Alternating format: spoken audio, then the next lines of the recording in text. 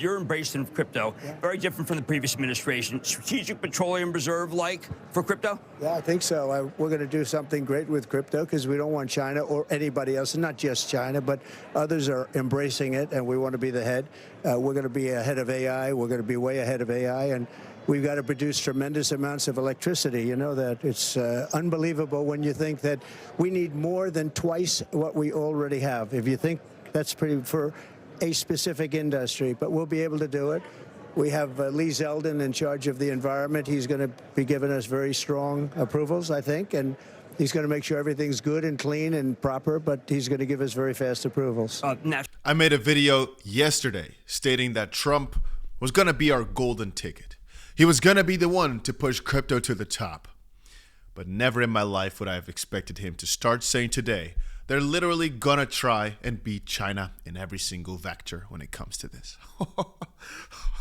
Ladies and gentlemen, this is a very, very big deal. Trump just gave crypto the stamp of approval that we've wanted for so long because he literally said others are embracing it and they want to be the head. He says we don't want China or anybody else to basically beat them in the game. Yesterday, I was telling you guys this could be really bullish for coins like XRP, but I'm telling you this could be bullish for AI coins. This could be bullish for literally every single crypto, but more specifically, the ones in the US. And now because of his words, I'm going to state that AI crypto coins based in the US, they have the best sort of angle right now.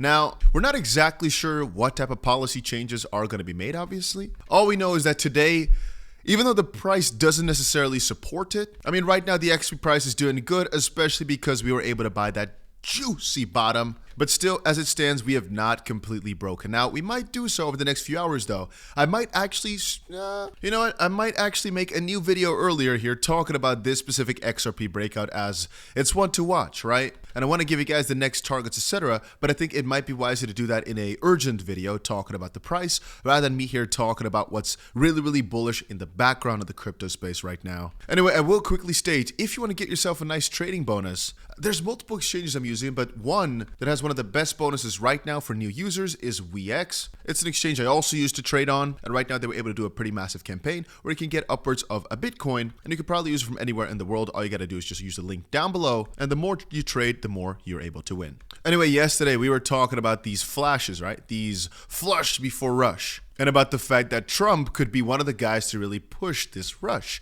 He didn't disappoint. Because just one day later, he's free.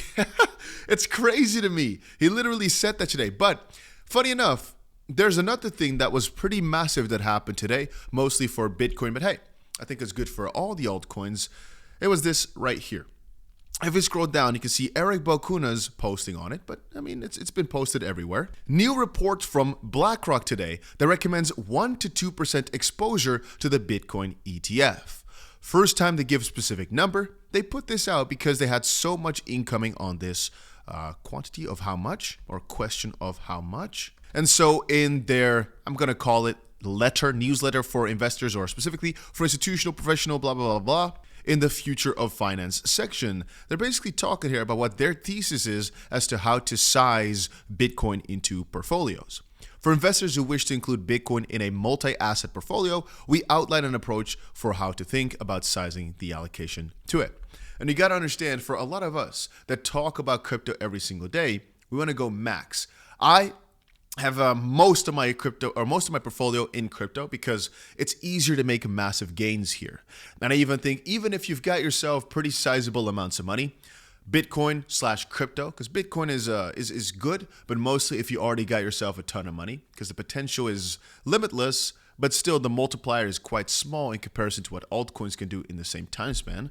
Now, I still think even if you have got sizable money, I'm talking $40-50 million, for example, I still think Bitcoin, for the most part, or cryptocurrencies, is quite solid. But maybe once you get towards the $250 million mark, I'm thinking, I understand why people would really heavily diversify. Regardless, though, it also depends on your risk perspective. I personally think there's literally nothing better to invest in than cryptocurrencies. There's just not a single thing I can think of. People keep saying gold, this, that. No, I think literally these cryptocurrencies are better than gold. Houses, no, cryptos is better than houses. Anything you can name. Dollars, you want to put something in your bank? Screw you. I don't want that. There's nothing better than cryptos in my own opinion. And I do recommend to most people, cash out to fiat stablecoins sometimes, but it's mostly to feel like you're making a sense of accomplishment. Ultimately, you could also just only cash out to more BTC, more XRP, whatever coin you're basing it on. But it's harder to track accomplishment unless you are also of the same basically thesis as I am, which is these coins will be worth 100 times more in the future. We don't know exactly when, but we know it's coming. So all we got to think of is just buying more. Anyway, so they're saying it's probably wise in a traditional portfolio with a mix of 60-40, 60% stocks, 40% bonds. So, this is usually what a 40-year-old would go for, I think. I think back in school, they always taught me that your age should be your percentage in bonds. Anyway, those 7 stocks each, they're talking about some of the mega cap tech stocks. Regardless, if you got yourself a magnificent 7, they will on average have about the same share of overall portfolio risk as a 1 to 2% allocation to Bitcoin. And we think that's a reasonable range for a Bitcoin exposure. Why not more? Going beyond that would sharply increase Bitcoin's share of the overall portfolio risk. Because ultimately, you got to understand this. There's multiple phases to wealth. Part 1 is the accumulation of it, and part 2 is basically the maintaining of it, or perseverance, so to speak. So while most people that right now are entering the crypto space, they're entering it because they want to make crazy gains. A part of it is just believers that already made their money, sure. But a lot of people, they're trying to make it with this sector. So for them, this type of allocation, I don't think really makes that much sense because you're not going to make that much money. If you got 1 or 2% only to Bitcoin, not even an altcoin, yeah, I mean, it's not risky, but obviously the volatility / risk is also where the profit is to be seen. And funnily enough, if you consider some of the bigger tech stocks as really, really risky, it's mostly because you're either a very risk-averse type of investor, which you also have in the crypto space sometimes, or more importantly, you're just somebody who wants to maintain the wealth that they've currently got. They want to basically grow it like this, right? Linear, for the most part, linearly with an exponential, side to it, but mostly just slowly but surely up, beating inflation to some degree. Whereas a lot of crypto investors are looking to do this with some very, very big freaking downsides in the middle. So from my perspective, the risk is, I think everybody agrees with this, but the risk is also where the profit lies in. So I don't think this is really good for the average Joe, but for people who have never touched crypto before and are not really trying to go for much risk, what they've basically stated now is that just a tech stock, really is not that much more, or I should say that less risky than a Bitcoin allocation of some sorts. But there's a more important underlying thesis here. You know what the thesis is? Is that recently we've seen Goldman Sachs state, hey, if the regulations allow for it, we want to invest heavily in the crypto sector, or at least we want to dabble into it.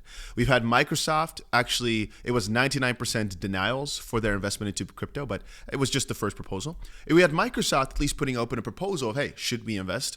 With this right now, the BlackRock numbers coming out saying, hey, we recommend basically 1 to 2% exposure. It's not too crazy. I think from here on forward, we're really going to start seeing a new move of all these major funds and, again, institutions really stating, yeah, you know what, we need some exposure towards it, and maybe they're not going to do it immediately. But most likely, they're starting to open the conversation now because Bitcoin has proven themselves is the fastest growing ETF ever. And again, I keep saying Bitcoin, but that's usually where most big guys start with ETFs as well. You mostly start with Bitcoin and then it flows to ETH, etc. It's basically like how we always call the path to altseason: Bitcoin first, then Ethereum, and then smaller and smaller coins. And if we're taking a look at prices today, it is kind of funny to me as well that Ethereum and Ethereum-related protocols, like for example, AVA, Lido, you could Maker, DOGE, Optimism, so layer 2 on Ethereum, Athena, everything here Ethereum-related is just doing really, really well. I posted this a while back, though, that right now it's Ethereum season. And again, I like to keep referring back to this little sheet here. But so from that perspective, if you are worried about your coins, just know that the big money right now seems to be coming to Bitcoin. And you might say, oh, but Dusty, that doesn't mean they're going to go for my coins. Not yet. The first and the biggest step is getting them onto crypto. And there's actually a really interesting saying on Brad Garlinghouse. He basically said when it came to the contracts that to really hook them into your solution is the hardest part. Once you've got them hooked into one of your solutions, explaining to them how they can save even more money with other options that you've got is quite easy. It's the initial hook that's the difficult part. And when it comes to crypto as well, for most people, even the average Joes, the hardest part is starting with phase number one. The hardest part is getting their money from whatever it's in right now, fiat, whatever, cash, whatever they've got, into any sort of crypto at all. To then start exploring all the other cryptos is very, very easy. And that's also why this circle is almost always the same, because people are kind of predictable. Once they've dabbled into Bitcoin, they realize there's so much more technology to be explored, there's so much more money to be made, and they start expanding outwards. Look, for example, Grayscale launches Optimism Trust. And let's you know what, let's take a look at this. So thank you. Thank you, Mayor. Okay, so seeing no one else on the queue, I'm now going to call the vote. Clerk, please take us to the voting screen. Committee members, please register your vote on the voting panel. Voting for this motion.